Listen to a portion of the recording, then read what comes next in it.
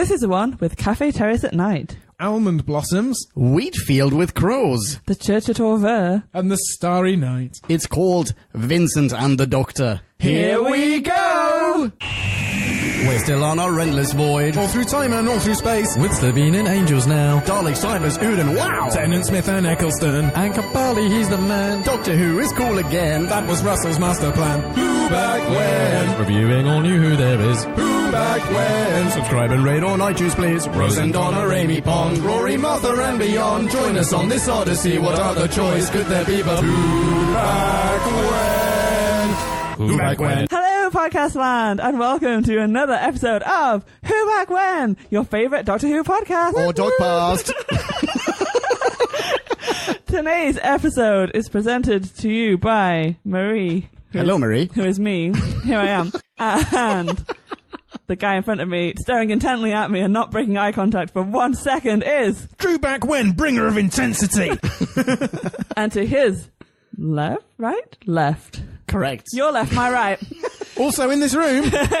Hello, I am Pumpkin. And do they even know what episode this is yet? Well, I was getting to that, Drew Backman. If you Alright, sorry. give me a minute. We are on episode N070. 70? 70. Woo! Holy smuggeries and cheesecakes. The This best is like number. your new platinum anniversary. We have blown classic reviews out of the water. No way, really? Yeah, we're on like 68 or something. What? Yeah. Do you know what else? This is Marie's 18th. She's finally come of age. You can finally drink in pubs. Oh, excellent. Congratulations, Marie. Thank you. I've been working on it for a long time. That was like a really dirty old man laugh from both of us, Drew. But we're not just here to drink and laugh pervertedly. No. We're also here to review a particular episode. Which episode is that, Marie? Oh, I'm sorry. It's called Vincent and the Doctor. Oh, that's right. Oh, my goodness. The suspense is over. Yeah, finally. Breathe again. You know what you're listening to. The episode which you have not so subtly been hinting at is your favorite episode ever. I don't know. Well, I feel like I don't know. Now she equivocates. No, I just really, really love it. I don't know if it's my Does this mean that you all-time rewatched favourite. it today and you were like, oh shit, what have I done? No, I've outgrown this piece of shit. Oh. I rewatched it today and it made me cry again. It always makes me I cry. lost mine as well. It's so good. Like I'm genuinely quite worried that you guys are just gonna rip it apart and We'll do that as poke well. holes in it and make me sad. And I'm just gonna put my fingers in my ears and pretend you're not talking. And I didn't cry, but based on Marie's talking and hyping this episode up for years, since she's joined the podcast, I watched it with Abby, my wife, a very rare event. Yeah. And Did she she like asked it? me at the end of the episode, what did you think? And I started to begin to talk and a lump formed in my throat. So I didn't quite cry, but my voice did crack. okay. What did your wife think of this? We'll get to that. Oh. Time for us to synopsize. Slurpify and summarize. So take a view And grab a brew. and listen to this overview, this free-for-all. We like to call a bite-sized chunk of who. Bite-sized chunk of who. The Doctor trying to fill Amy's Rory-shaped void by actually doing normal tourist things with his infinity box takes her to the Musée d'Orsay, where they make a startling discovery. In Vincent van Gogh's The Church at Auvers, some malevolent chicken-shaped oil-rendered force of evil is lurking in one of the shadows. Off they go to fuck with history. Thus they plop to Auvers, where Vincent gingerly flirts with Amy. The Doctor unearths his godmother's rearview mirror, and a space chicken kicks the bucket. Be scout over, you are welcome. Aren't you just? You are just. That's exactly what you are. All right, who wants to kick us off with a question? You, obviously. You just did. No, I actually don't. Follow it up with a real one. The only question I've got in my... actually, I've got a bunch of questions, but the only one that I... No, you know what? No. For now. No, that would be too much. I couldn't possibly begin with one. How about this? I'll start with not a question, a statement. You, Marie, very recently watched a film about Vincent van... I'm going to say Gogh. Ooh, that's not how the doc pronounces it. No, that's not how you pronounce it. But you did recently watch a film about him, right? I did. Yeah, so you are probably the greatest expert on Vincent van Gogh in the room. Well, the film is called Loving Vincent. It doesn't go anywhere near his surname. Do they just never mention his surname? No, in the entire literally episode? never. They avoid that like Vincent the plague. The OG. Yeah, Vinny Jizz. Oh my goodness. All right. Yes, no, it was a beautiful film. It's animated and done in the style of Vincent van Gogh work. And it was gorgeous. They, really, every prominent British actor that you've ever heard of, is in it, and I think Was Bill Nye acted in it? Out.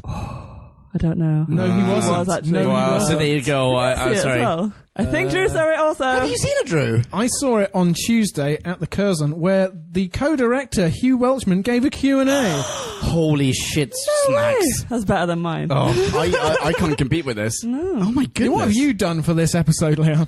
I did some finger painting and I ate some chicken. But did you at least cook that chicken in oil? Oh, absolutely. Brilliant. Yeah. Coconut oil. Right. On a canvas. Okay. Wow. Okay. So, did your recent exploration of Vincent van Gogh's shit? Do you know what? How do we pronounce his name? I also saw a documentary last week called Stealing Van Gogh. And I'm going to say Van Gogh because... Well, you're saying Gough. This documentary was about when 2 of his paintings were stolen from the Van Gogh Museum in Amsterdam in 2003, I want to say. And they tracked them all over Europe, and it ended up in this Italian mobster's sort of hands. Obviously. He was called Pinocchio. Obviously. Yeah. Wait, And Pinocchio? he gave them up so he could get some time off his inevitable sentence, although I think he's holed up in an emirate somewhere, which doesn't have an extradition treaty with Italy. I'm getting off topic, but anyway. Can someone tap me on the shoulder when I'm supposed to get surprised? Okay. But anyway, the point is that Theo Van Gogh's great-grandson, who's this? Who's Theo Van Gogh? The brother. brother. Oh, right. It's not, because it's in the film, it's not in this episode. Yeah, I know embarrassingly little about Vincent van Gogh. But he was incredibly close to his brother, and so the film Loving Vincent is kind of loosely based on his letters to his brother. Oh. And the last letter they ever wrote, and the postman is trying to deliver it and then realizes that Theo died, I think, about 6 weeks or 6 months? 6 months. 6 months after Vincent died, through heartache. Oh my goodness. And a little bit of syphilis. Look, just a smidgen of syphilis. So mainly mostly the heart, but a heartache. little bit Just of the growth. tip. Yeah, Just sure. the tip with syphilis. Yeah. Wait, just a tip of syphilis, not just a tip of heartache. Okay, gotcha. No. Gotcha. Okay. Yeah. Okay, yeah. But they were incredibly close. And he funded him, Theo funded Vincent's lifestyle basically, and he said go and be an artist, and he basically gave him money and paid all his bills and supported him, and so that's how he lived despite having never sold any work. This is genuinely one of my questions, which is meant for you, because I didn't know that you'd also seen this film recently, Drew. Is how did he sustain his lifestyle? Yeah. I had no idea. His brother believed in him. And then the thing that wasn't covered in this episode or the film is that Theo's wife was then really active in getting Vincent's work out there, and so she became his champion after he died, and she publicized his work and put together collections and went to art dealers and stuff, and she is why we know Vincent van Gogh. Oh wow! Is Theo's wife? Yeah. She was in an early draft of the film, but they had to do a lot of cutting so they could actually produce the damn thing. Yeah. But the point I was getting to was Theo's great-grandson appeared on this documentary I saw last week, and he pronounced the name Van Gogh.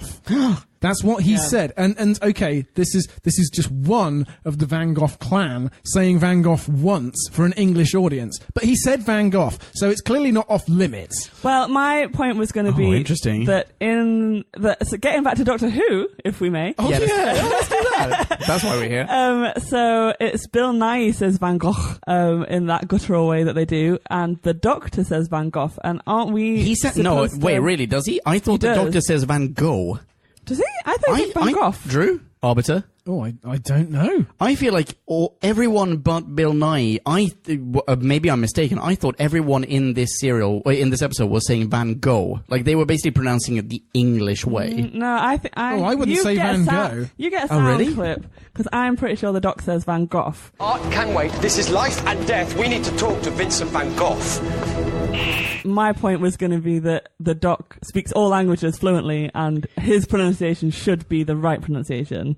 See, I'm Which not I so... think if Theo's grandson is saying Van Gogh, and he is a Van Gogh, then surely he knows how to it's say his it. own name. Yeah. that definitely it lends more credence to this Yeah. than how the doctor pronounces it, because that, in looking at my notes, that is definitely one of the strong points, like one of the things I want to talk about. Yeah. Pronunciation and language.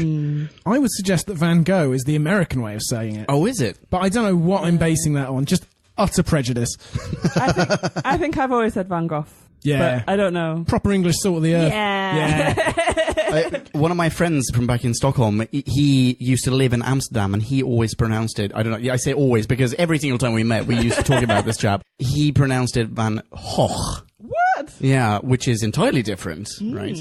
But, yeah, anyway. I have heard it that way as well. Oh, have you? Yeah, the first G is nothing, and the second G is silence.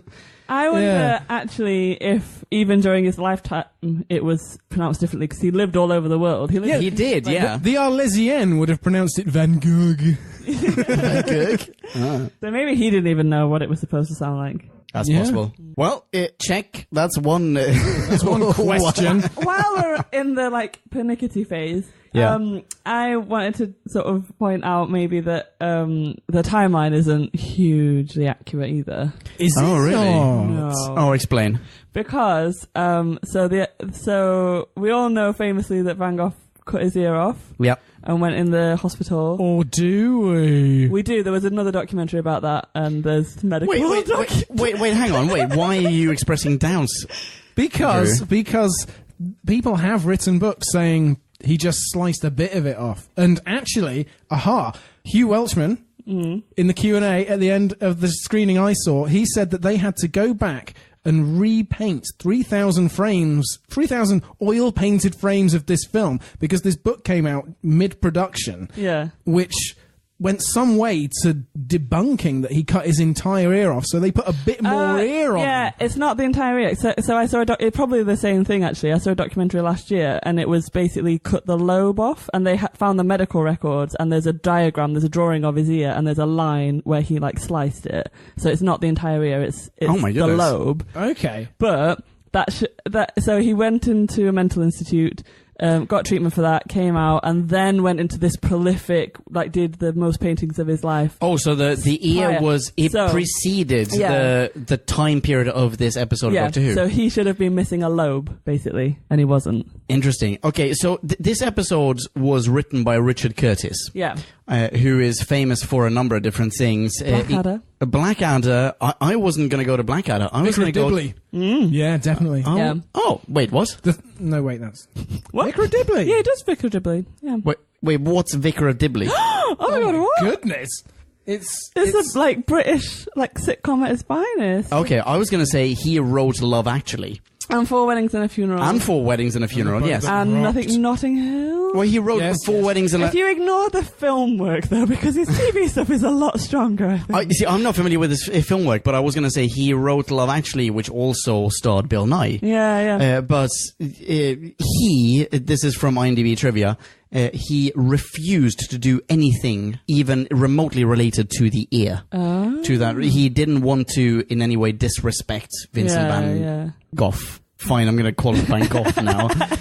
He didn't want to disrespect him in any way, and he didn't want to make the ear a plot point, so he refused. He flat out refused, which I guess means maybe in early drafts it was part of it. I think that actually, I only got, I got sort of started to question the order in which things had happened, and then went and looked on Wikipedia, and then kind of realised and went, oh, this is wrong.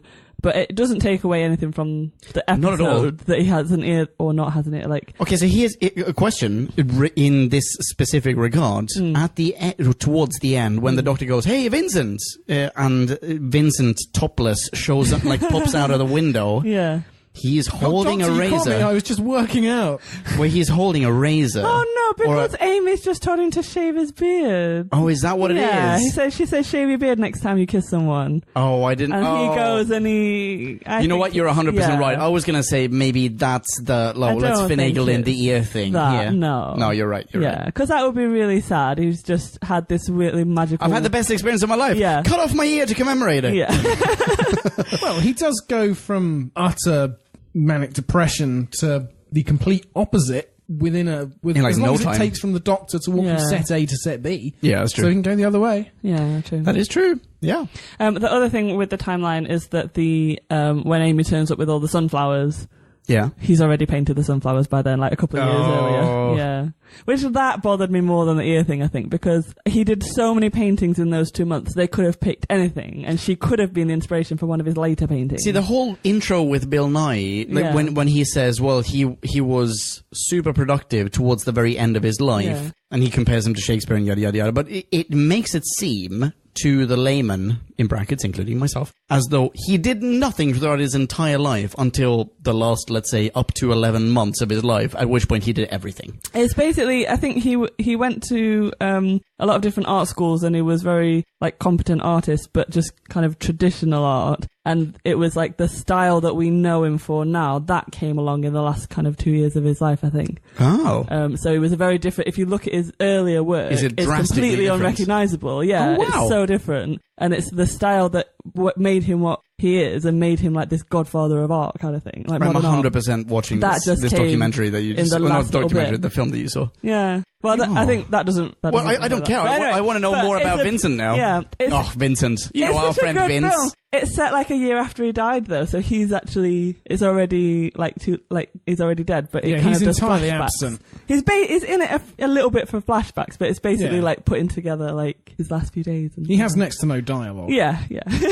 Whereas in this episode, Yeah, let's get back to the dialogue. Viewing, Yeah. he Let's does get back have to all the Doctor Who. dialogue. And one of Abby's notes Yeah. was that some of it was quite stilted because she recognised some of it as being taken directly from his letters, his copious letters that he wrote really? to Theo Wait, like and what? everyone. She didn't give me any examples. But I think it's safe to say that as much of what he said as possible was shoehorned in Yeah. from a leaf here or there. Really? And it took her out of it when she recognised a bit of dialogue. And it wasn't exactly what someone would naturally say. Yeah. But it was in the episode because it was something he'd written. Okay. Well, all right. Cool. Interesting. I didn't realize this. What's his face? Curtis. What's his face? Richard Curtis. Richard Curtis. Thank you. Dickie C! Dickie C.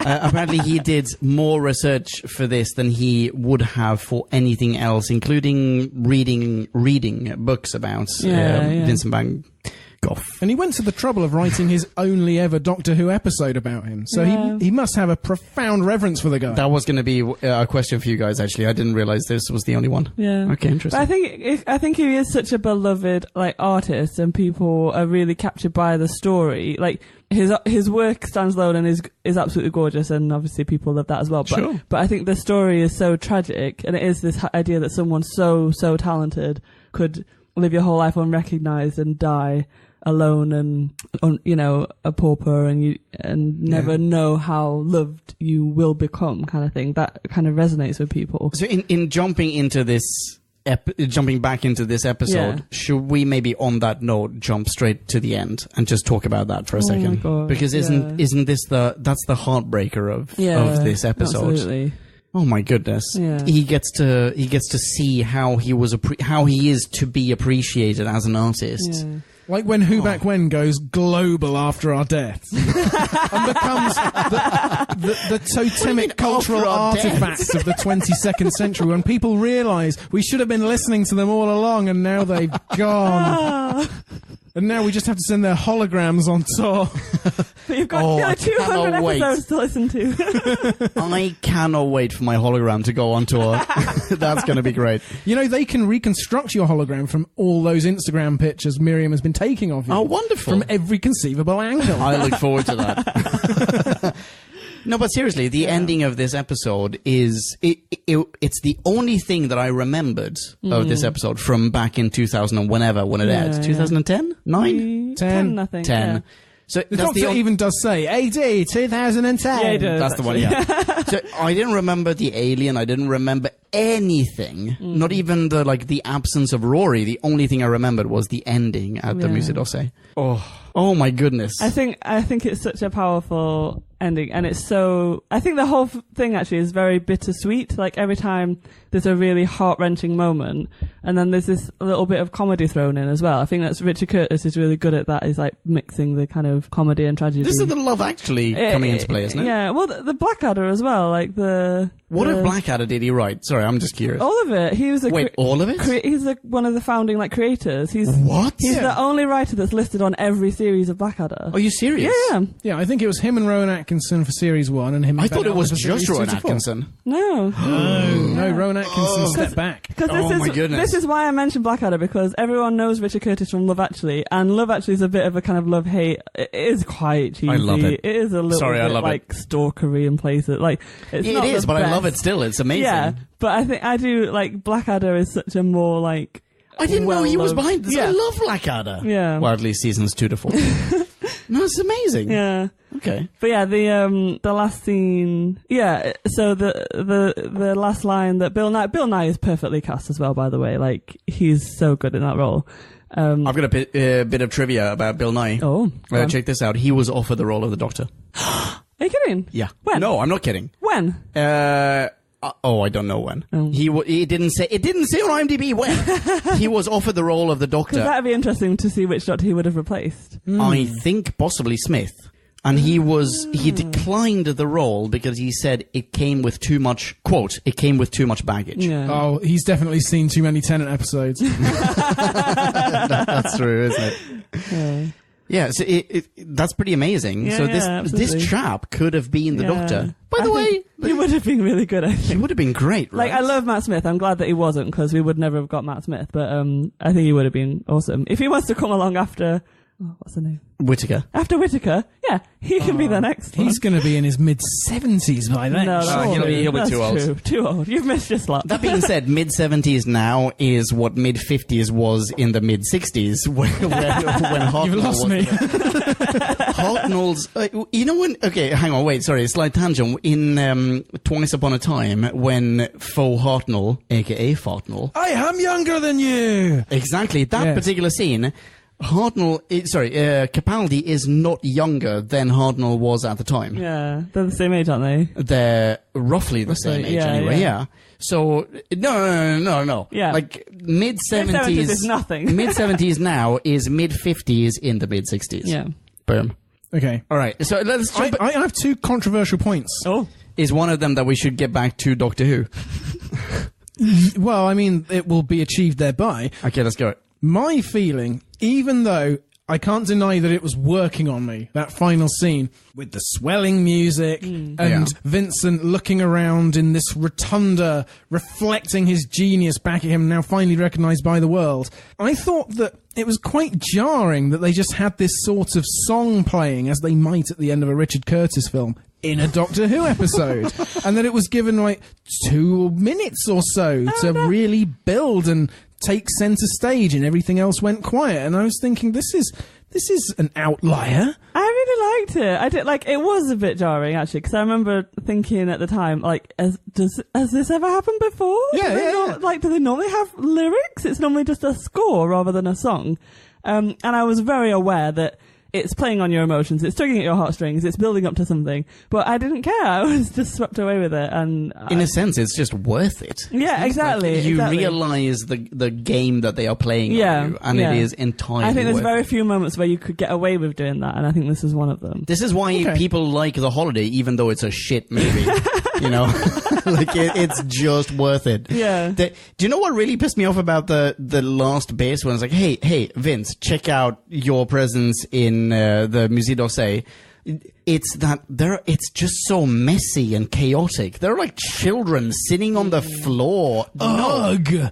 Yeah, gross. gross. Take him there at night when it's closed and they can sneak in and... No, but I'm happy for there to be people there. In fact, I want there to be people there so that Vincent can see people admiring his work. But Just adults only. well, even if there are children there, I don't want them sitting on the floor doing stuff that is non-Vincent van Gogh-y, you know? Actually, yes. If they were there being utterly inspired, being captivated, Exactly. like, Mummy, I'm going to go away Exactly. and become a famous artist like Mr. Vincent. Exactly. Yes. That's exactly what I want. Okay. right? But have you been to museums? Because... I was at the Children Museum Day don't do with that. Mirimu only a few months ago. Yeah. And by the way, that room does not look that way. No, it doesn't. Unfortunately, at Yeah. all. But I'd forgotten what that was, actually. I thought they were in Amsterdam in the Van Gogh Museum. Ooh. And I've never been there, and I was like, oh, it looks so great, I want to go there. And then when I realised it was in UCDSA, I was like, no, I have been there. It doesn't look like that. Well, I mean, bits of it do look like yeah, that. the They entranceway. I like to think it was a special exhibition on at the time. Okay. it was one of those days when the Musée d'Orsay was almost empty and no one was allowed in except for Matt Smith. Yeah. No, but in general, like I didn't like the chaos of it, and I think that last scene, powerful though it was, it would have been even more powerful if all of it, everything in there, had been directed towards admiration of Vincent van Gogh. No, I disagree. I think it was nice that it was, because it was, you have this chaos of he's looking around and seeing everything, and there's like people go past with Walkmans and stuff. Not Walkmans, Yeah. but it's Like a 2010. radio or Anyway, something, yeah. And he's like looking at everything, and they're like, no, this way, and they have to direct him because there's so much for him to see, and it's like you've taken this man out That's of his not the messy part he's time zone. objecting No, to. I know. I'm objecting to it in the room. I know. And but even in the room, like I don't know how like realistic it is that every person is said they're going, wow, this is the best thing in my life I've ever seen. I think it would feel overkill. It would be too much. It wouldn't be realistic if it was like that.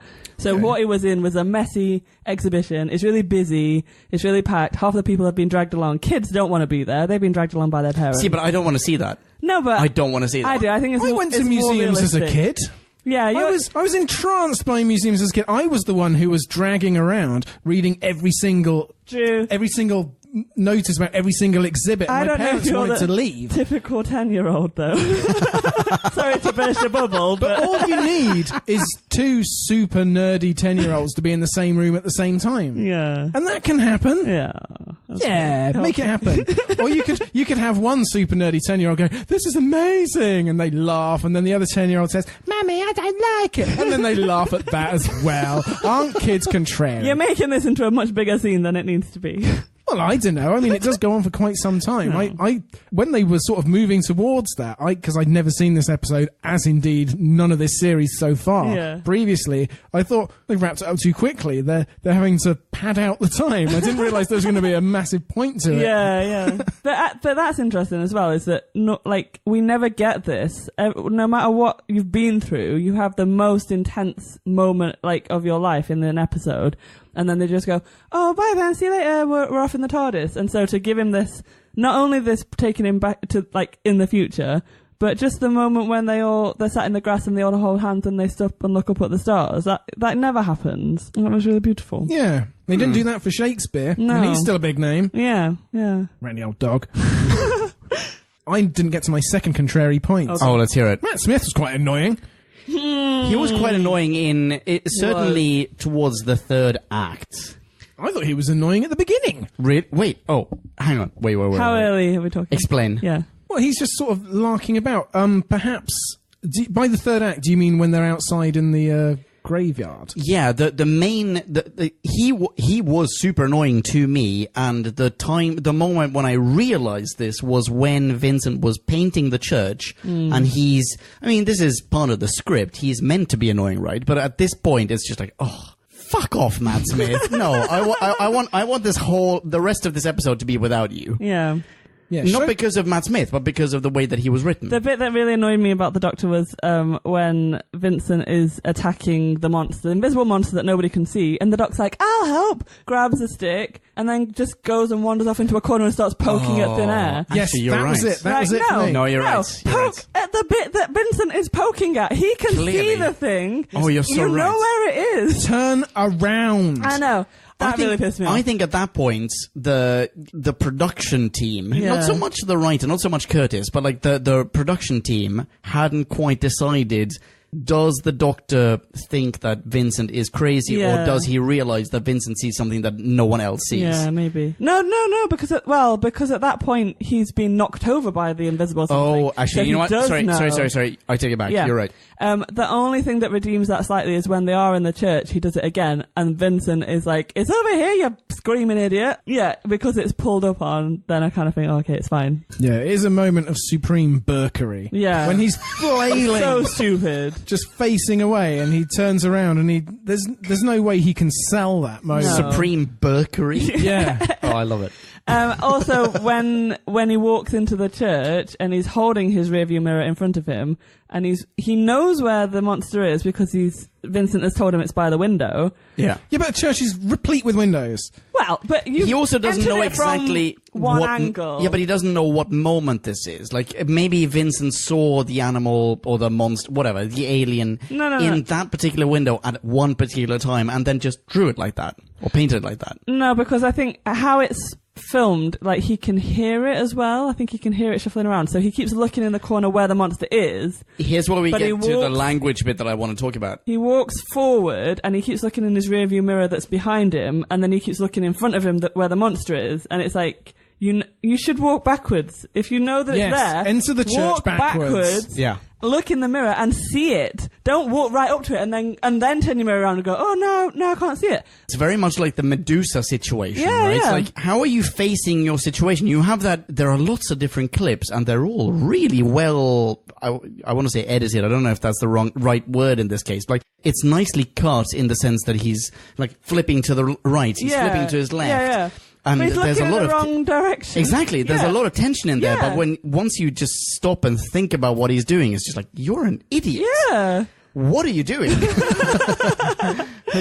What about what's in front of you? Exactly. Like at that point, he's got his back to a wall and he's checking the mirrors. And I know the that there's- bulk of the church is in front of you. And I know that there's only one of them because A, Vincent has only ever seen one, and Yeah. B, he said, they often leave one behind, so there's like a solo hunter. So it's not like he knows there's one in front of him and he's checking for one behind him, because that could be, like, if they'd have made a reference to, like, maybe there's more than one. But No, yeah, it's just stupid. No, there's a lot of that element that is just pure and utter bullshit. The other thing that pissed me off is the sound effect of it running. Oh. Wait, of what running? Of The monster running. What's it called? The Crephaeus? Because it was like a clippity-cloppity, like a horse effect. Oh, it was. And then you see its feet and it's clawed, and there's no way that it would make that sound. I missed that. The Yeah. talons, well Yeah. heard. the talons of this thing, the weight of a horse, Yeah. let's say, wouldn't make a clippity-cloppity sound. I don't think so. 'Cause Clippity-cloppity, you say? if you have claws for hunting, they don't touch the floor when you run. They, like, you have pads. You make a silent Yeah, it's noise, true. like- Yeah, Grifface is, that's a well-known fact about Yeah. that alien. I yeah. think so. Yeah. No, the clip-clop sound of a horse comes because it's You're using Yeah. coconuts. yeah. Yeah, they were the only three things that bothered me. So let's not say any more negative things now. Oh, wait. Oh, really? I guess I'm going to be okay. quiet for the rest of this podcast because I have a few things Oh, that no. did annoy me. Okay. Oh, can I just say, though? Oh, please go I'll for leap it. in with something positive. Oh, do it. Good. I really was gripped by the super cheap effect of Matt Smith running through narrow French alleys. Do you mean fake France / fake Venice? I was going to mention that. Fake Venice as well. Yeah, it's the same place. location. Yeah. It is, yeah. Somewhere here I wrote, fake France looks like fake Venice. Yeah. And then it turns out, I actually, did it the is same. actually the same I location. was like, it looks so similar to that. It really reminds me. What's that one? It reminds me of Vampires of Venice. And then we googled it, and it's like, oh no, yeah, it because actually it is. Yeah, it's in Croatia. it's or an something. old European city. Like, why would you go to two locations? One will do. Downtown Dubrovnik or something. Yeah. Okay. Carry on. But him just running through those narrow alleys with the occasional prop going on the slant. But Yeah. the music and the running and the fearfulness and not having any visual reference as to where this thing was Yeah. or when he might get swiped or not. I found that actually really surprisingly effective. I was annoyed by something during that scene and subsequent scenes. Oh. I apologize for bringing this up. I was annoyed. I tried, Marie. I really tried. Thanks, Trio. For the record, I love this episode. Okay. Yeah. I was annoyed, however, by the complete and utter absence of anyone else except for when the girl gets murdered by the animal, right? So aside from that, there's never anyone else, including when he runs through the town. He runs through the town. That scene that you just described, he's throwing bits in the way so that the Crefface runs into it and whatever. Early in the morning at that point. No one else is up. Because whatever. Yeah, it's true. It's because it's midsummer. It could be like 4 a.m. I thought you would have another problem with that what's scene because it's the same again that we had with Vampires of Venice, is the day and nighttime shifting. So it's nighttime when he goes in the TARDIS. He spends 5 minutes finding his thing and looking it up, and it's a parrot. No, it's a polar bear. No, I can't find it. And then he exits, and then it's broad daylight. You know what? That didn't even register. Yeah. I thought you'd spot that. I mean, he leaves Amy to have her assignation with Vince. But she can't sleep because he's snoring. Yeah. That's why she's up super early in the morning. Yeah. He takes a quick nip in one of the TARDIS's master bedrooms, wakes up at the crack of dawn. What leads Vincent to lay down and snore in his bedroom, though? Oh, good question, Leon. Why is he so exhausted? Did Vince and Amy go to the Bone Zone? That's what I want to know. Did they party down in Bone Town? I could well believe that they did, actually. So maybe that is explaining why it was daylight then. It's not that they cocked up. It's that the doctor was like, I'm going to go and kill some time now. I'm going to leave you to it. And I'm going to kill maybe a couple of hours. Yeah. Just going to a couple of hours. Well, I mean, Vincent looks pretty starved. Well done, Vincent. I don't know. He's been snoring for a pretty long time, guys. I wouldn't give him that much credit. So, I'm going to hang out in the TARDIS for maybe 5 to 7 minutes. Okay, so this leads me to a different point. Vincent does seem to know about, quote-unquote, Amy's loss. Right? And for that reason, and because I guess this episode tells us that Vincent is a good guy and we should relate to him as sort of a pillar of morality, for that reason, I'm assuming that he wouldn't bump uglies with Amy, even though he clearly wants to. He pretty much says, like, hey, whenever you tire of the doctor, come stay with me and I'll blow your vag out. Like that's pretty much what he says. Oh, but he also says that he loves her. He says he would marry her. Like, he's not treating it like a one night stand. He would, if she would have him, he would spend his life with her. Yeah, he'd spend his life impregnating her. Well, seriously. That's what I mean by blow your vag out. Yeah, no, I We're got gonna that. have children by the dozens. Yeah. By the 7th, you won't even know it's happening. He'll just fall out while you're walking. Anyway, like it seems as though he's too good a person for that to happen. Yeah. Right. My god, that scene though. Which scene? When he goes, I've written it down. What does he say? When he knows about her loss. That's the soundbite 22:25. If Amy Pond can soldier on, then so can Vincent van Gogh. I'm not soldiering on, I'm fine. Oh, Amy, I hear the song of your sadness. You've lost someone, I think. I'm not sad. Then why are you crying?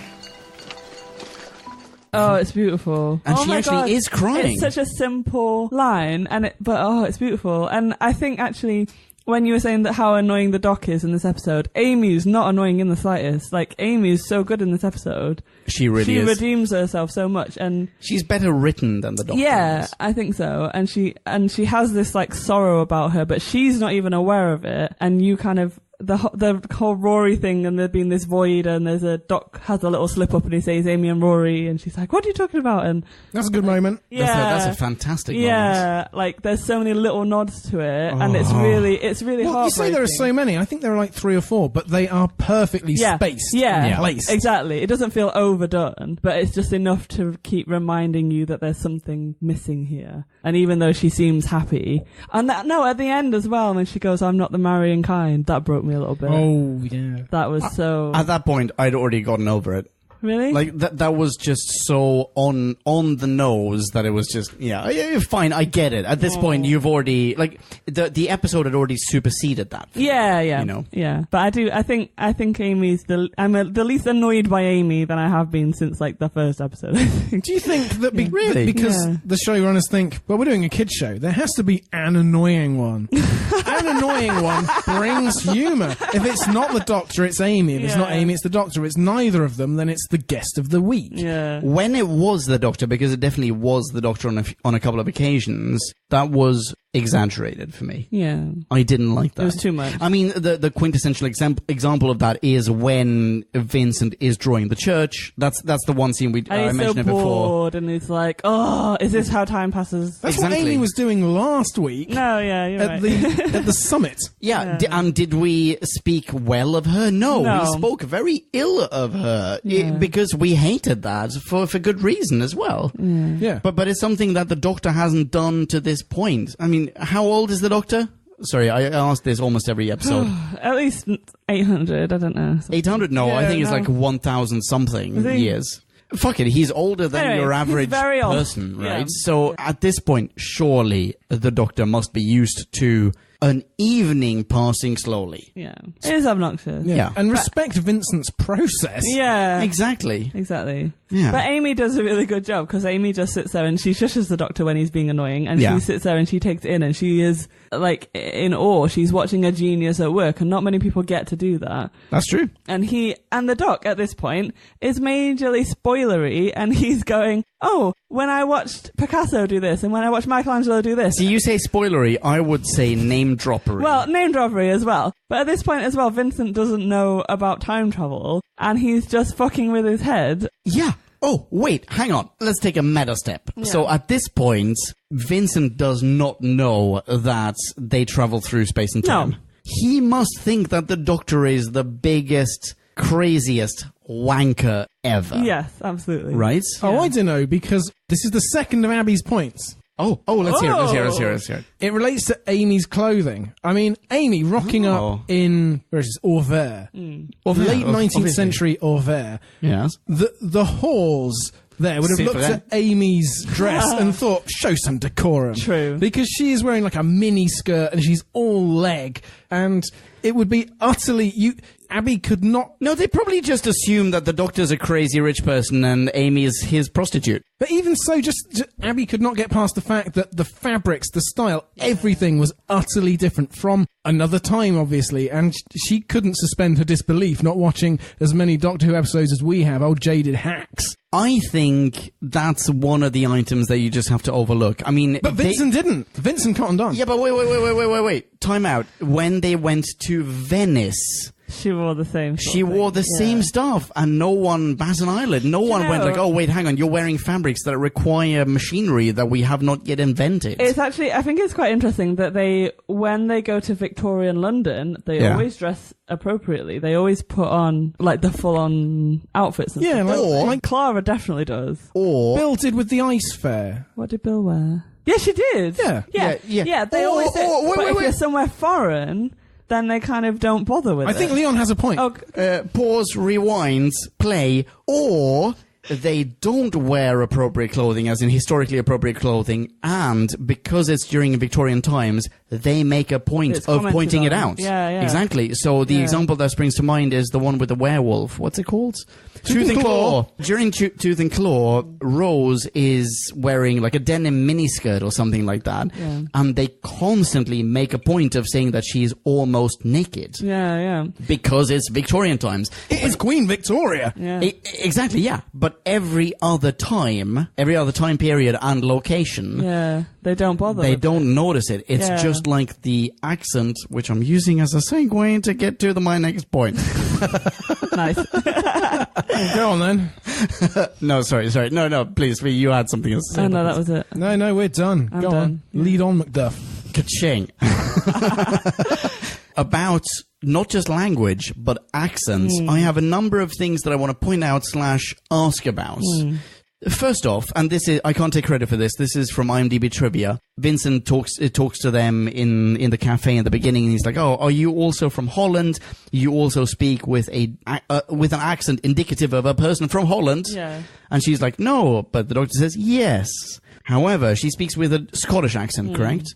So does he, because he is a Scottish actor, but the TARDIS translation matrix... The dialect matrix. The dialect matrix is assigning to him a Scottish accent, which means that in this particular scene, we are effectively seeing this from her point of view.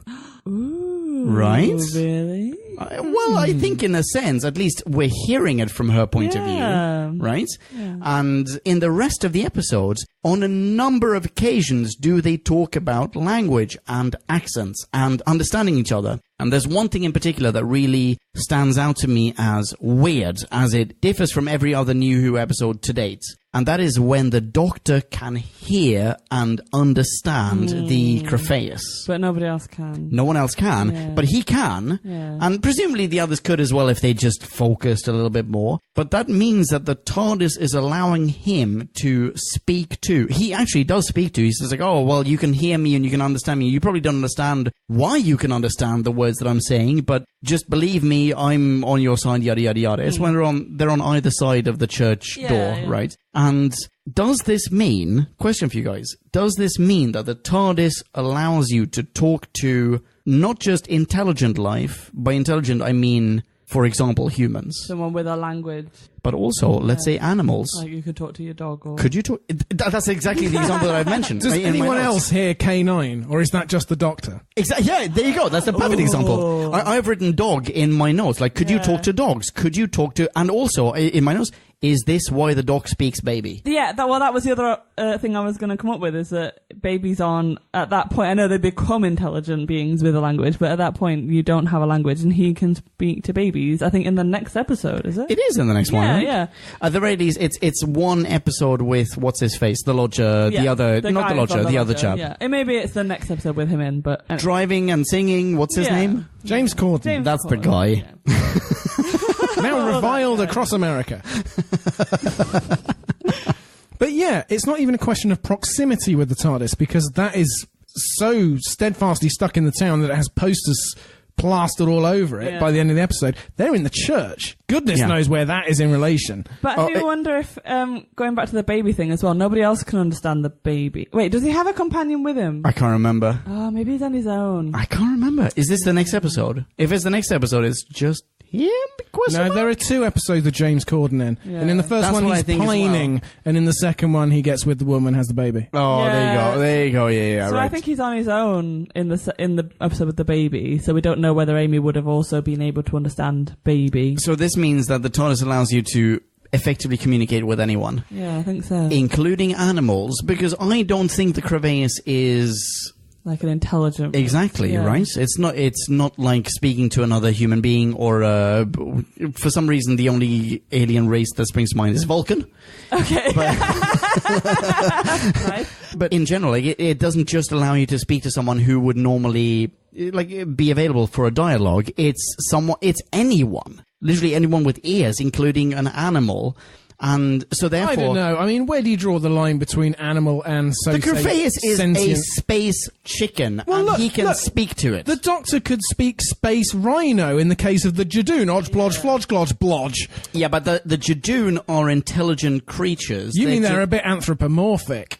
They're anthropomorphized rhinos in police SWAT gear, but they are effectively intelligent aliens, right? I think the Crephaeus is judge more evolved the because it doesn't Jadoon. need clothes. Don't judge the Jadoon merely because of their horn. But yeah, I don't think we know enough about the Crephaeus to say whether it's intelligent or not. But it's just an animal, right? But how do you define animal? Just because it looks like an animal? No. I'm basing that mainly on the fact that it doesn't talk back to the Doctor.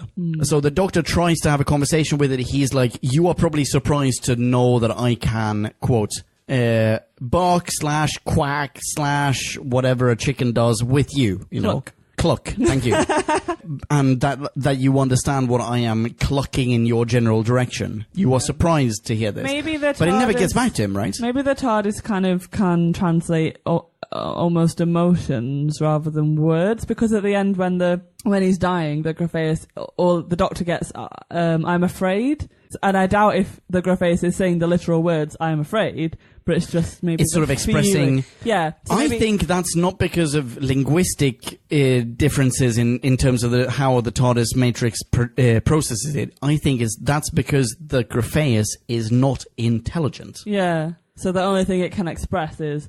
And Yeah. again, maybe it doesn't understand the language that the Doctor uses, but maybe it can express, this is a friend, I don't want to hurt you. But that's not the same as you won't understand how it is that I can understand you. Yeah. That requires sentience almost by definition.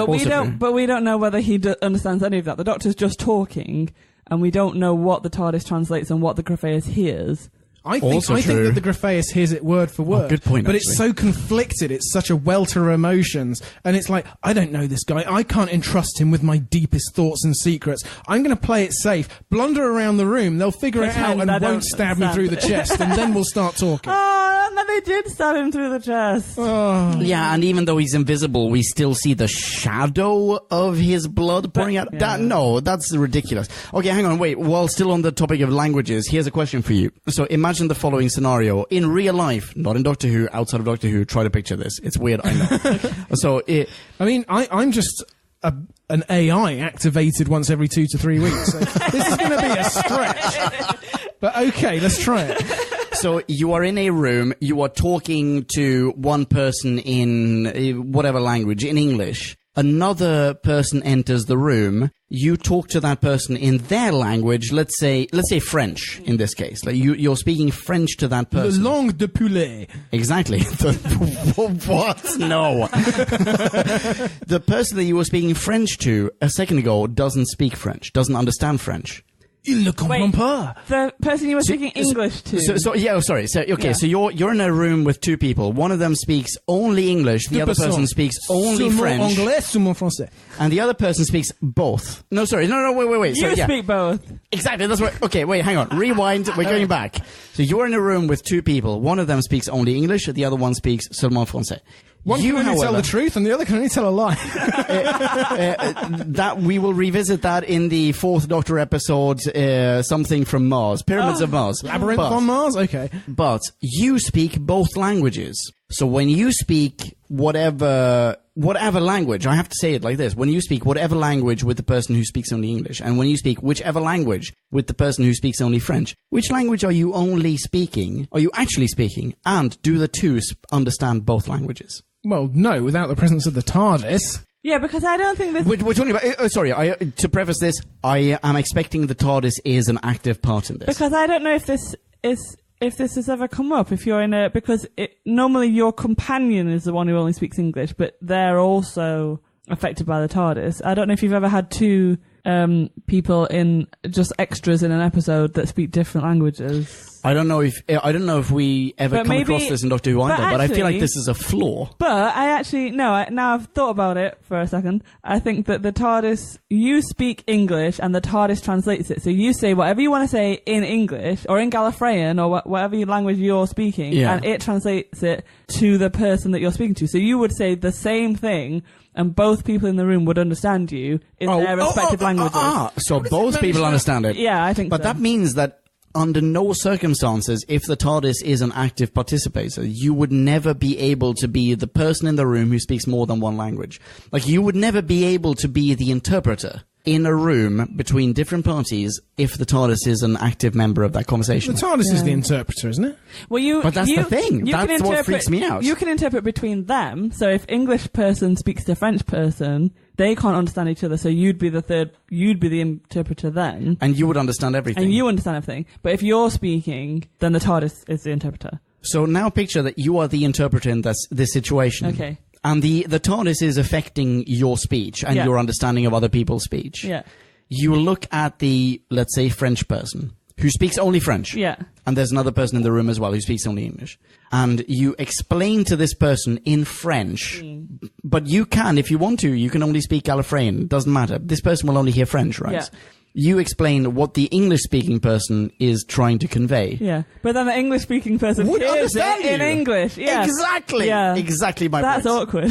Yeah. And they're like, wait, are you translating that? Because I understood that. Both of them would go, okay, first off, mind blown. Secondly, your role is redundant. You are fired. Yeah. Like, you are the worst interpreter ever. Yeah. Weird aside, but I'm glad we cleared that up. Yeah, sorry. This really freaked me out. Checking that box. haven't touched on the actor who plays Vincent, really. Who is that guy? Tony Curran. And what does he do? I only recognize him from one other thing, even though, having gone through his IMDb list, I realize I should have recognized him from more things. He was, among other things, he was also in, oh shit, I didn't write this down. What's the vampire franchise, which also stars Bill Nye? Underworld. Bingo, he was also in Underworld. That's not where I recognized him from. I recognized him from his role as something with lots of A's in The Defiance, which is it's a sci-fi original series which I watched until it got cancelled. It's a really good series. It's a really good show. Yeah, I want to say his name was like Tarak Khan or something like that. That sounds about right. Yeah. Tarak Khan. He wore a lot of like white powder on his face. Nigel. And the French guy in the room goes, oh yes, of course, Pierre. Yeah, that's the only thing I recognize him from, to be honest. I would say he's pretty good, isn't he? He's great. He's amazing. Oh yeah, no, I thought he was wonderful. Yeah. I mean, and he does it all. He does the full fit on the bed, utterly unable to be with another person, to sunny ends. And then he comes out as the cowboy. Oh, with the what? Like he has the hat on and he comes like storming through and it's straight after the bed scene. And he's a broken man and you think he's done for you. He's not going to be useful to you. And then he strolls through and he's got the hat and then he starts playing with the...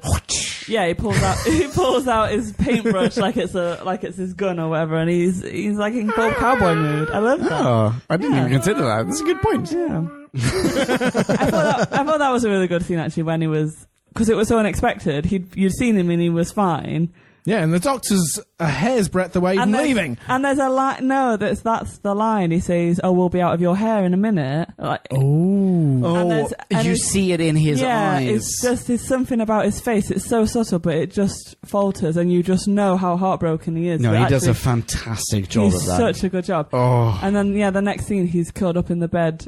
Like he's broken, and Tony Curran, if you're listening, please come on the show and we'll have a bonus episode just talking about your portrayal. How awesome you are! Vincent, how you are one of don't actors of our generation, your generation. Sorry, I thought that was so nicely done. You're older than we are. Yeah. Oh, harsh.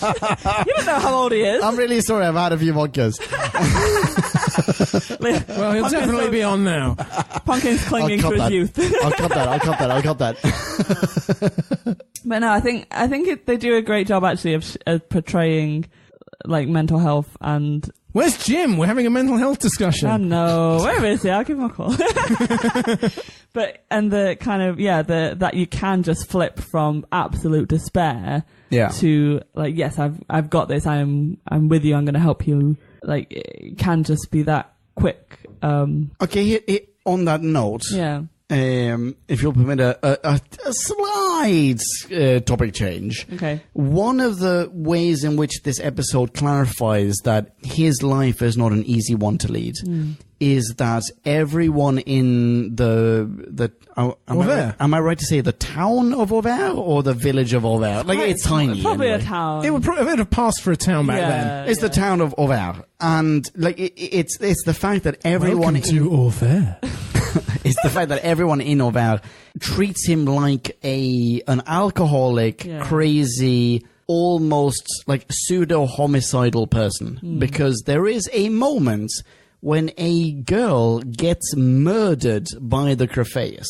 Yeah. And the mother shows up. Everyone is, by everyone I mean the handful of non-Vincent van Gogh persons that we meet during the course of this episode. Everyone is there, and they all blame Vincent for this death. Yeah. Cut to, let's never talk to these people again. That is a murder that is both a murder accusation that is both unfounded and never followed up on. Yeah. I don't think it's an accusation as such because he has a massive alibi by being in the pub. But it seems as though... Separately. Yeah, but you don't know if maybe this girl was killed before he went to the cafe, right? Like, it seems as though... I think he's been in the cafe all night because when they're fighting, he's saying just one more drink or just give me one more. Like, he's already been there for a while. I don't think they actually blame him. I think it's when you have someone, they just say that he's mad, he's an alcoholic, he's dangerous, and it's just that they didn't understand mental health issues back then, and it was easy to blame the kind of other person that is different to us. Fine, but we never follow up on that. No. So there's effectively, while we are having this absolutely tremendous episode about how the Doctor and Amy meet Vincent van Gogh, we also have this murder mystery in the town of Auvers, which we never get to take part of. Yeah. And either the citizens of Auvers just go, well, I guess someone else got murdered under mysterious circumstances. Let's have a ceremony. Was she one of the prostitutes? Well, we don't find out, right? No. Oh, what? The girl that got killed? The owner of the arm, because the arm is all we see. The arm is all we see. We don't know if she's 6 or 17 or what's going on. No, I assumed it was an adult woman's arm. I assumed it was a young girl's arm. Really? I assumed it was an adult person because the coffin is not...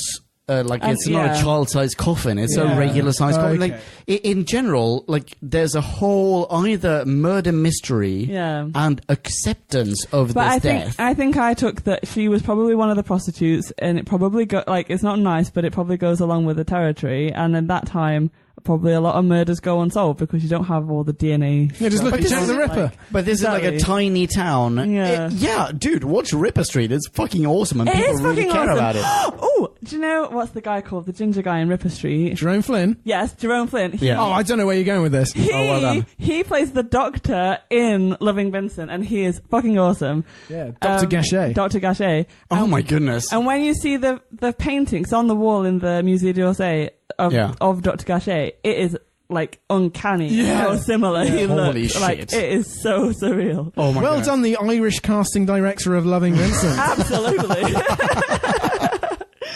Oh, by the way, I'll just say what I learned at the Q&A, because we were talking about accents earlier. In Loving Vincent, they all had regional British accents because in that area of France in which he was staying, they had their sort of own French dialect, Arlésienne. And so they didn't go with received pronunciation because they wanted to go with something a bit dialectal. Because I noticed there were a lot of northern actors. There was a lot of northern and accents. Irish. In that. I liked it. Do you wish that Mitchell Curtis would do another one, or do you think it's nice left as a standalone episode? Oh, I loved it.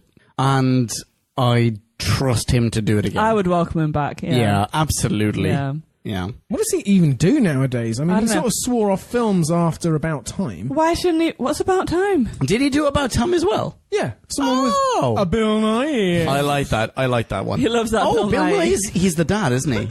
Yeah. Oh, I forgot that Bill Nye is the dad in Dying that of one. He could be cancer. the next showrunner after whoever the next one is, but the one after that he could do it. Chris Chibnall, Richard Curtis. Yeah. Could do. That'd work. Yeah. Oh, come on, Leon. Okay, so here's what I was going to say before. They are in the Musée d'Orsay. Mm-hmm. They look at the painting. Mm-hmm. Which painting?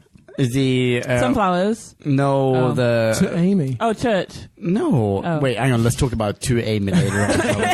Don't forget. Let's put a pin in that one, shall we? Because I feel like that's Priceless. Leave it alone. That's definitely worthy of mention. No, they look at the Church of Auvers and they see what looks like might be an alien creature, by which I mean a non-terrestrial, an extraterrestrial creature in the window of the church. Yep. It's just a tiny green blob, isn't it? Okay, so here's my question. Why is that a problem? Because the Doctor says he could see the face of evil. He would recognize evil anywhere. Evil?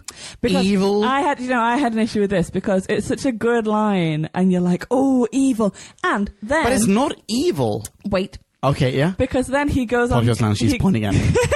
He then goes on to say, we're like in a real rush, and he's talking to Bill Nye, and he's like, this is a matter of life and death, like get on with it. I don't want you bumbling on. I want a time and a date, and I want to get there. Yeah. But by the way, I do love your bow tie. And I also have a time machine. Like, you can spend the next half an hour talking my ear off, and I'll still get there at the same Yeah, you can do doesn't 3 or matter. 4 years But this of research. this is the episode in which the Doctor is much more impatient than he normally is. Yeah. But he says, like, I see the face of evil, and then when it all comes around and we understand what it is, it's not the face of evil. It's actually, I think that A giant space chicken. Grapheus is like a metaphor for Van Gogh. They're both... Wait. Time out, rewind, pause, play. Let's start again. Wait, what? What? The Grapheus is... Space chicken. A space chicken is a metaphor for Van Gogh because Dutch chicken? Question mark? it's... from an outsider looking in, you think it's scary and dangerous, and the villagers... Okay. So he equated the Grafeus with the villagers. He said they're scared, so they throw stones. But I actually think that he's the Grafeus. They throw stones at him because they think he's dangerous, and actually he's just misunderstood. They don't understand depression or...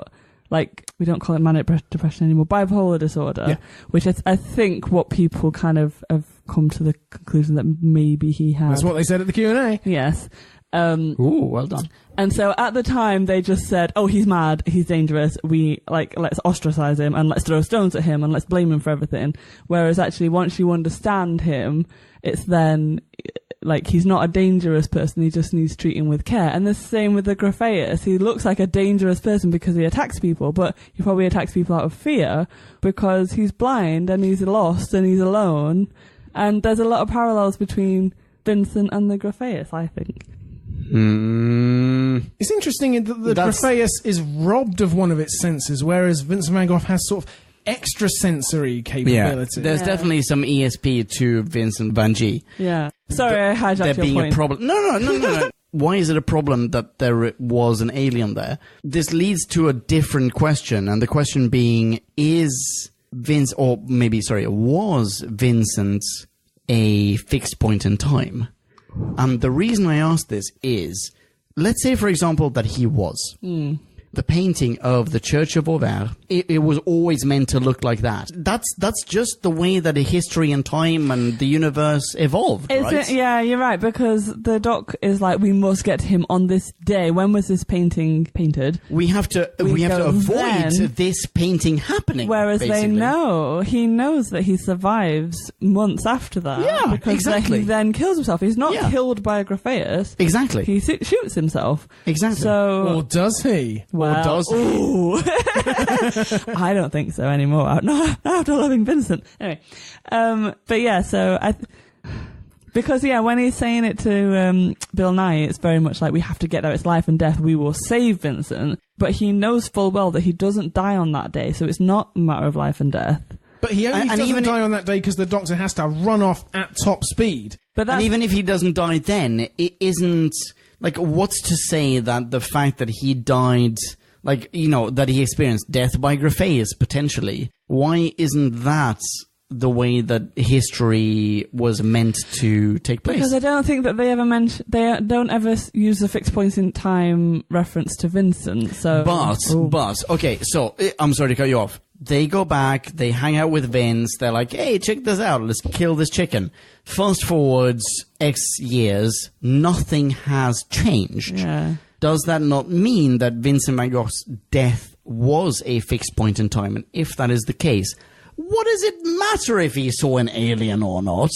Especially in this series where fixed points in time are even more up in the air than usual. Exactly. What I've come to believe about fixed points in time, I think I've probably said this on a previous podcast, but it's the Doc is usually involved in some way, and I feel like with the idea of time travel is maybe his actions at that point have always he needs to do what he needs to do to make sure that fixed point goes the way it needs to be. Will have always were done. Exactly that. Yeah. And so him not being there, maybe Vincent would have been killed by the Grafeus, and so maybe he saved him by the Grafeus and given him that extra 2 months to do all these works that make him who he is and make him the Vincent van Gogh that we know. Why doesn't Vincent, in those remaining few months, produce about a dozen Amy's? Yeah. Oh, that's a good question. It's just 2 Amy. That's not what she was after. Also, he paints from life. He can't. His memory isn't great. His visual, Wait. Can we just take a moment to think about 2 Amy? Ugh, I do. That's a bit of an annoying. Yeah, I mean, fuck you, history. Yeah. Fuck you, art history. Yeah. Oh, it says 2 Amy in English, but let's just ignore that. If Really it was a big little bit English. more subtle, if it was in with the flowers or just a bit more hidden somewhere, I would be okay with it. But it's just screaming. It looks written in bold capital letters. How about across this? The front. How about this? It doesn't say 2 Amy. Well, yeah. Wouldn't that be better? Wouldn't it have been better if Bill Nye had said, well, there's a long sort of mystery in the art world of who Amy is, and then the Doctor said, come along, Amy, Yeah. and he would have done his double take again. On that note, I don't mean to seem obvious, Drew, but They are in a church again in this episode. They are in a church, They're aren't they? in confession as well.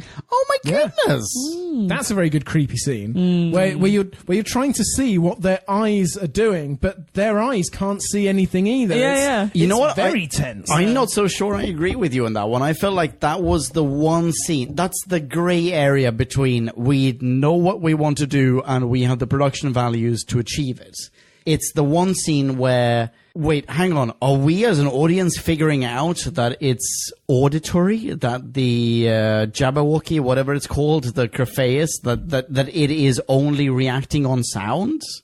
Because I don't know. that doesn't match with their whispering in that scene. It doesn't at all. Inside, You're right. Inside a boxed cabinet. So No, it you're should be incredibly quiet. 100% And yeah, right. the next scene later, they're just talking at a normal volume, and the Graphaeus is wandering around. But before that, they were just the three of them talking at a normal level. They weren't whispering, and then the doc shouts, and then he's like, "Oh, now he's coming for us." Wait, does the doc shout or does Amy the shout? doc It's the shout. doc. He's the Because annoying Amy one in this also episode. shouts. There's a moment where Amy screams, like Amy's- she shrieks. Amy's screaming in the confession box. Oh yeah, that's what I'm But thinking. after after he's found them, she's screaming in reaction. Whereas the doc shouts because he's an idiot. Because he's an idiot in this film, in this episode. He's a little bit of an idiot. I mean, Yeah. just last week we were saying we barely noticed Matt Smith's consistently strong performances. Yes, I know.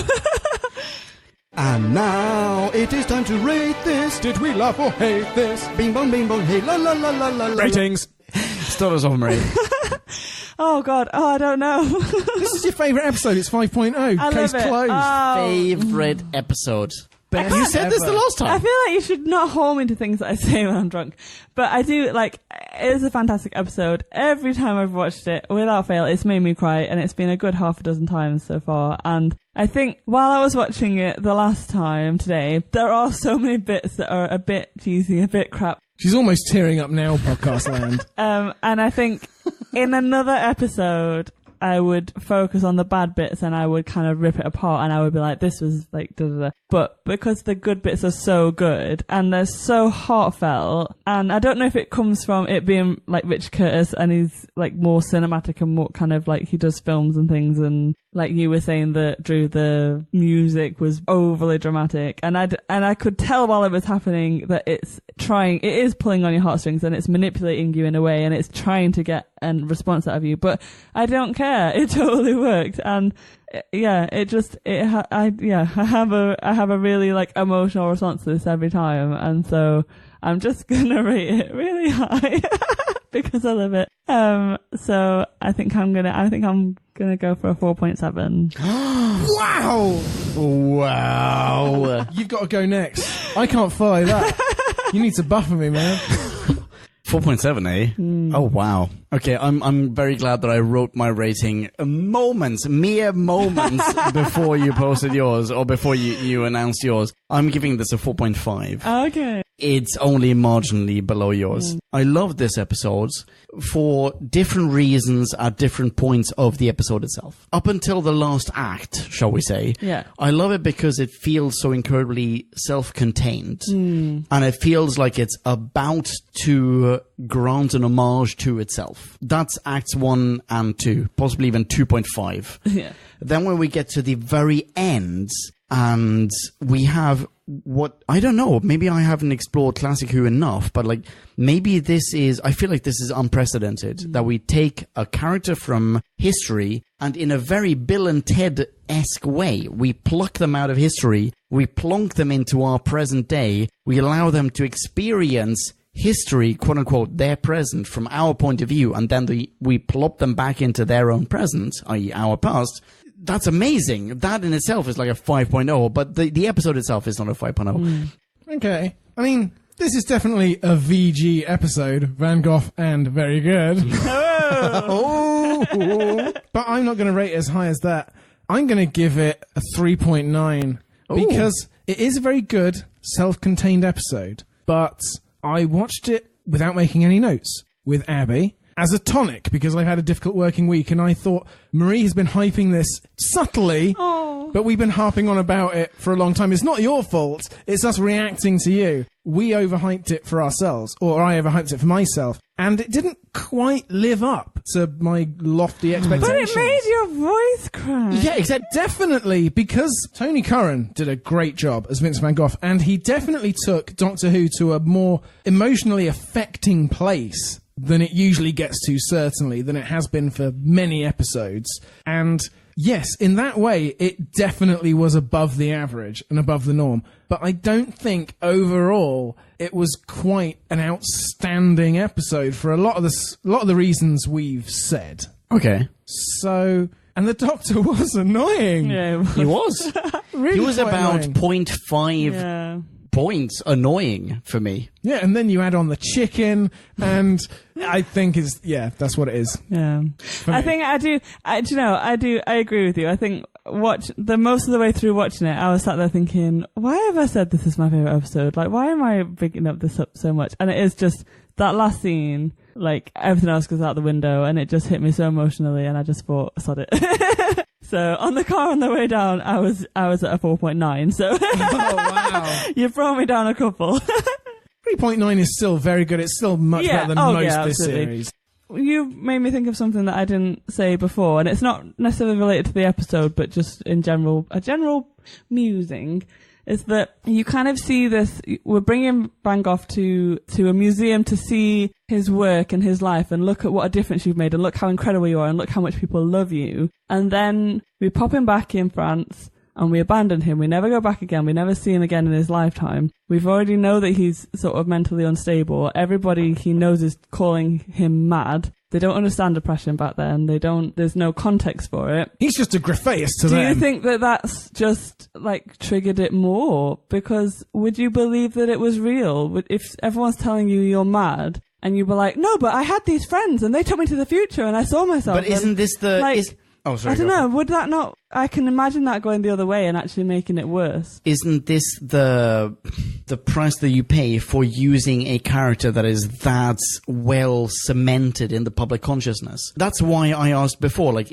was he a fixed point in time? Because nothing changed but from the beginning and the revelation that Amy undergoes at the end. But it's really, right? and it's really sad that, for Amy, like, I do think Amy grows a lot in this episode, and showing, like, her excitement about, like, we've made a difference, we've changed, we've made this one person's life better, we've made him live for longer. And that naivety, we've talked about how naive she is before and how young she is, and you don't believe, like, she looks older than she is, but actually we know that she's very young and she's had a very sheltered life up until this point. And she goes in thinking, I've changed this man's life, I've stopped him from committing suicide by this one act, I spent 3 days with him, I've changed his life. And actually it's not enough if somebody's suffering like that. It's not, it's not enough, and that's a really hard thing to come to terms with, and it's really sad. It's sad, but I also like the good side of that message, which is you can be better. Everybody watching, everybody listening, it is well within your ability. It is very achievable to just put a little bit more in the good column than would otherwise go in the bad column. And I think that's a really positive message. I thought that was a lovely way of explaining that as well. It's like you can't always necessarily make, like, what you see as a difference. You can't save a man's life, but you can give him more happy memories. Yeah, you can get your name on a painting. Well... The scene where Vincent is describing the sky. Oh my god, that's beautiful. Yes! Which then this isn't the ending of the episode. How have we not talked about that? That was a fantastic. It's possibly I think it's probably more beautiful than the ending of the episode itself. Yeah. The whole thing, where even visually they make it then sort of transcend from reality to how it may be portrayed by Vincent van Gogh in oil painting. Yeah. Like, it's such a beautiful scene, and it comes from nowhere. It's almost a non sequitur. Oh wait, hang on, you're all lying on the ground and you're holding hands? It's a really unusual scene, because I think we were talking about this on your loo break. Oh, sorry. It's fine, we weren't filming. But yeah, like, normally you have an adventure with a person, you go through so much, you get to know them, and then at the end of it, you're like, oh yay, we all survived. see you later, and you say goodbye, and you get in the TARDIS. And You're disposable. Bye. Yeah, and this was this extra scene that you never get, and it was just taking time to be like, okay, we're all here, we all survived,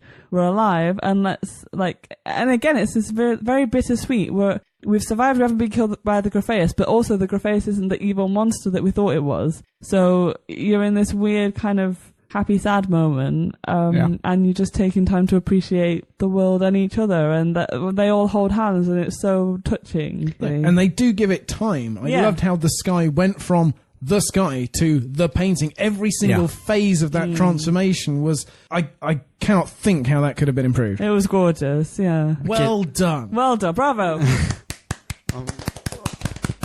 Here's one just stating a fact. Magpie Electricals. In this one as well? Yes, in this one as well. Yeah. Right next to the mustard button. So I didn't like... Oh my god, no, I loved that scene. I loved it. And this interesting. button plays music, and this button makes it go this. And then, wait, I wrote it down. Okay. That's a fiction defibrillator!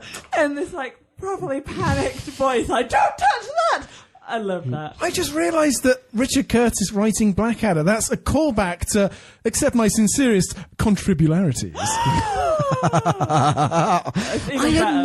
I'm so pleased to have found out that he wrote Blackadder. Yeah. That's amazing to me. No, I love that scene. I really liked, showing off the TARDIS in a different way. I'm gonna say some lines now that I wrote down that I just really liked, and actually they're all from the Doctor, because we've been really hard on the Doctor. We shat on him he had hard. some great lines. He says, "I'm the Minister for Art and Artiness," which was quite fun. Yeah. I like that. I tittered. Yeah, everyone tittered. He says, "I'll be back." Mass tittering. I'll be back before you can say, "Where's he got to now?" And then he comes back. Oh, I didn't like that. I did not that. like that. There's a jump scare in this episode, and I do not approve. I thought it was fine in that Amy then got him back twice. Yeah, she did. I thought that was quite funny. I felt like it was out of place. But that's fine. That's all included in the 0.5 that I deducted from the perfect score. It's included in my 0.7 because I thought it was wonderful. Listener minis. Now let's hear from podcast land. Max 250, or it would get out of hand. So our first review is from Michael Ridgway. Hey, Ridgway. Yes! Nailed it. Michael Ridgway begins The Quiet Undead 2 with Vincent van Gogh and an invisible chicken. He begins with a list of things he liked. 1. An attempt, half-hearted though it was, to address mental health issues. 2. The scene with Vincent in the gallery and the doc, Amy and Vincent staring at the stars. Sentimental tosh, but sweet. Tosh. 3. Clever Easter egg visuals of Van Gogh paintings. I think you mean obvious. 4. First and second Doctor nods. Yes. Ooh, we didn't mention that. I thought you would have liked that. Yeah, we didn't talk about this. It's fairly standard by this point. But 5, Bill Nye. Potential Doctor. He continues, things I liked even more. This episode breaks new ground in the niche horror genre of murderous farmyard animals. Fine examples include Black Sheep, 2006, The God Monster of Indian Flats, 1970, featuring mutant killer sheep, Murderous Pigs in Aussie horror film Razorback, 1984, and Evil Speak in 1981. Killer Cows in Irish horror films Isolation, 2005, and Dead Meat, 2004. Killer Chickens in the Mexican ripoff of Hitchcock's The Birds, called Beaks, 1971, and, Poultrygeist. Oh my god, Poultrygeist. That's amazing. Night of the Chicken Dead, 2006. Vincent and the Doctor, however, features, to my knowledge, the first gigantic mutant alien killer chicken. In brackets, a giant chicken features in 1976 film Food of the Gods, but it doesn't do much. However, naff this episode is. Weak story, slow pacing, dodgy effects, having an invisible monster, cough, cheapskates, low body count, rubbish monster death from a blunt easel. No, it's sharp because he sticks the point in the ground in an establishing shot 20 minutes earlier. He does. Good point. Lack of fallout from Rory's death, etc. There is fallout from Rory's death. Well, he can't have a big fallout because Amy doesn't remember it. He never existed. etc. Much respect should be given for enriching this horror genre with the chicken. And he gives this a, Drew, 3.5 out of 5 giant mutant alien chicken clucks. 1.5 points for the episode, 2 points for the giant mutant alien chicken. Goes without saying, I think. Nice. Right. Nice one, Michael. We love you, Michael. Bingo bongo. So our next review is from David E. Bag 'em. He's David E. David E. He says, David E starts, okay then. After all my vitriol about the rubbish, let's just put some scales on a Newman face. Silurian. Why are you doing a northern accent? You're from Sheffield. I don't know. There's no, there are no indications to corroborate this is how David E. speaks. I bet it is. We come to a Matt Smith story that I cannot hate. Try as I might. Also, Amy isn't so, I'm just so obviously a confident woman and striding around and shouting in this one. We don't hear her scream, Rory! In this at all. Do you know what? I had not noticed that, but that makes a difference. It does, yeah. David E. continues, that gooseberry has been erased from existence and the show is better for it. In fact, neither of them are being irritating in this. Was this written for a previous Doctor? Tony Curran as Mr. VG is fantastic. The story revolves around him and he is utterly convincing and compelling. Great casting. The scene where he's in his bed having a bad time and the Doctor can't do anything to help him is inspired. I would have been so annoyed if the Doctor had cured him. In a science fiction show, we get a very realistic portrayal of mental illness and the realities of it. That's exactly what you sound like, David E. Nice one, David. I can't do that because you've just done Lancashire and I'm not from there, so we'll carry on with the Yorkshire. The only floating turd is the creature. Looks bad. Is this Yorkshire? Both in design and execution. Either that, or it was meant to look a bit pathetic and ugly. What's it called again? Crayfish? You're from Yorkshire. And David E. continues, I wonder what this would be like if it was a pure historical. Probably the highest rating I'll give a Matt Smith episode, 4.4. Cheers. That's what he sounds like because he's from Sweden. Thanks, David E. That was a great review, I think. Yeah, from wherever you sent that from. Sorry. Apologies for the mixed geography. Next up, this one comes from Tracy Fountain. Hello, Tracy. One of the Tracys from America. There are multiple, we only just discovered. Yeah. Tracy begins with a complaint. Oh. Just one nitpick. It is incredibly distracting to hear the name pronounced like Van Gogh when anyone I've ever heard, brackets, in America, says it like Van Gogh! So, on to the good stuff. Wow, what a beautiful episode. Visually, it is just stunning. The light is pouring all over everything, bringing out all the yellows and blues. I buy into the idea that this is the reality Van Gogh was painting Van Gogh was painting from. Thank you, set design and lighting. The Doctor jabbering while Vincent paints is great. Sorry, wait, I think you meant isn't great. Carry on. Is this how time normally passes?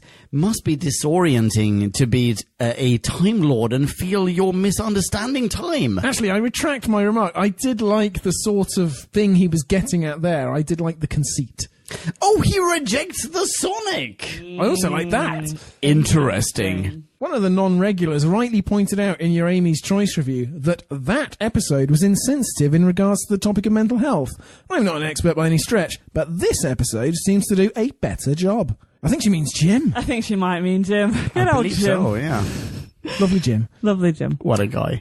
It is quite a nice scene of them in the field looking at the stars. Quite a nice scene. Tracy, I would say it's a very nice scene. I have a beautiful memory of 3 friends and myself lying in a field looking at stars this way. And it was during this scene that my daughter suddenly said, wait, he's the guy who painted Starry Night? More comments from Tracy from America's daughter. Vincent knows Amy lost someone. How does he know? I mean, Rory was erased from time. And I completely forgot Vincent went to 2010. The topic of Van Gogh Nice one. can really only be done in a bittersweet way, and I think Doctor Who pulled it off. And Tracy caps it all with a rating of Starry Night. You can follow Tracy on Twitter. Her tweety box is... Ye got nyat noof. That's Fountain Tracy. Backwards. Thank you, Tracy. I'm really sorry for being so drunk. Next up, we have Trenton Bless. Hello, Trenton. Hi, Trenton. So Trenton begins. This is possibly my favourite 11th Doctor episode, hands down. Hands down, people. Nice. Good Get choice, those hands Trenton. down. I'm putting it. They're all the way down there. Vincent van Gogh /Go is my favourite artist. Seeing him in that place with the Doctor was like a dream. I loved every second of it. The person playing Van Gogh really looked like him, and it was so wonderfully acted. Academics will spot anachronisms. Even I can tell how Van Gogh was painting sunflowers before 1890, but surely none can grumble at writer Richard Curtis's mission to touch the hearts of viewers, especially children, with the story of a troubled genius unappreciated in his own lifetime. Trivia time. Sorry to interrupt you here, Trenton. The self-portrait of Vincent that we get to see in this episode, it was slightly modified to look a little bit more like Curran. No way!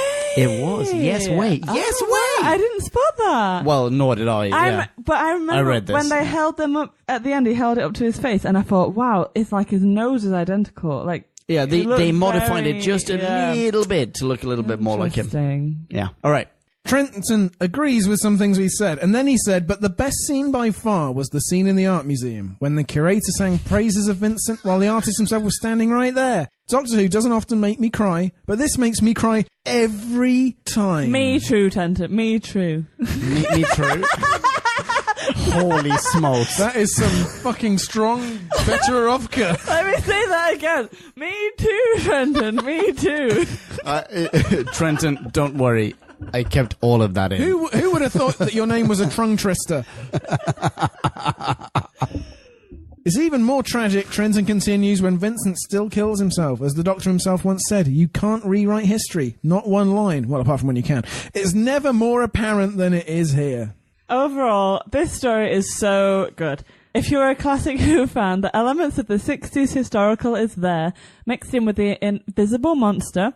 Anyone can design a visible monster, but to design an invisible monster takes a special kind of clever.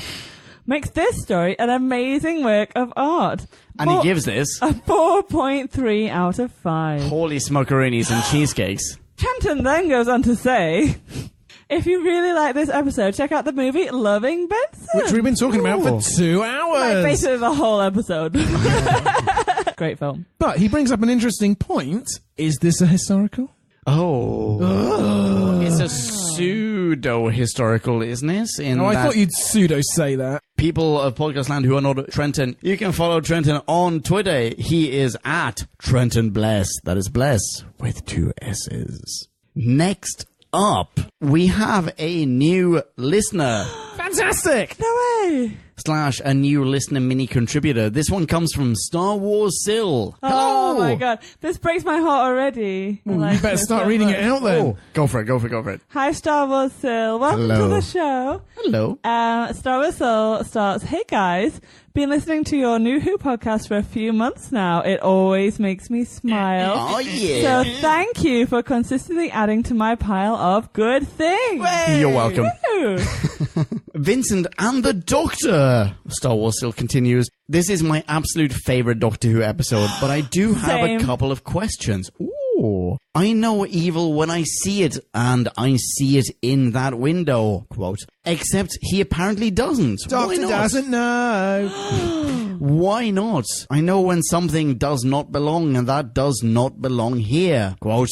Instead, also, if you paint it, he will come. But why? It's blind. How would it know it? Point. That's a super good point. It is blind. How would it know it was being painted? And why does being blind mean it doesn't eat its food anymore? Star Wars still continues. The museum guide and the Doctor squeeing over bow ties was adorable, and there were many delightful moments. Maybe you've had enough coffee now. Yes. I like that. I did not like that. Oh, Sorry. But did you know? Never enough coffee. Did you know that Vincent van Gogh used to drink up to 60 cups of coffee a day? I did not know that. Now I have a newfound appreciation of Vincent and the Doctor. Okay. Go ahead. Nice. Another delightful moment was Vincent mixing up left and right for a moment, and the Doctor's complete inability to tolerate waiting with any sort of grace. This episode has heart, and though it was my 4th time watching it, it still made me tear up. Same, me too. Ditto. Correct. Always. All in all, I'd rate this as 4.8 paintings Vincent did not paint over to sketch on. That is my favourite rating of all time. That is brilliant. Bravo. I'm going to applaud your first. Oh, wait. review. Let's all applaud. Yes.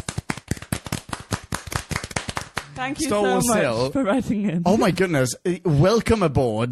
People of Podcastland who are not Star Wars Sil, you can follow Star Wars Sil on Twitter. He is at Star Wars Sil. Sil's. Wait. That's Sil with a Y. Yes, Sil is spelled S-Y-L. Yeah, you need to clarify that, because that's not Star clear. Wars Sil. SYL. S-Y-L. And please write in for more episodes that aren't your absolute favourite, because they're equally fun. What's next? I'll tell you what's next. What's next, Drew? N071, The Lodger. That's right. No. No, that's not what's next. It is what next. Isn't it? Oh, we're going to do a classic Who next. Oh, maybe. Oh, okay. All right. Okay, so here's the dealio, Podcast Land. Next up, we're going to do the classic, The Green Death, after which we're doing the new Who episode, The Lodger. after which we are...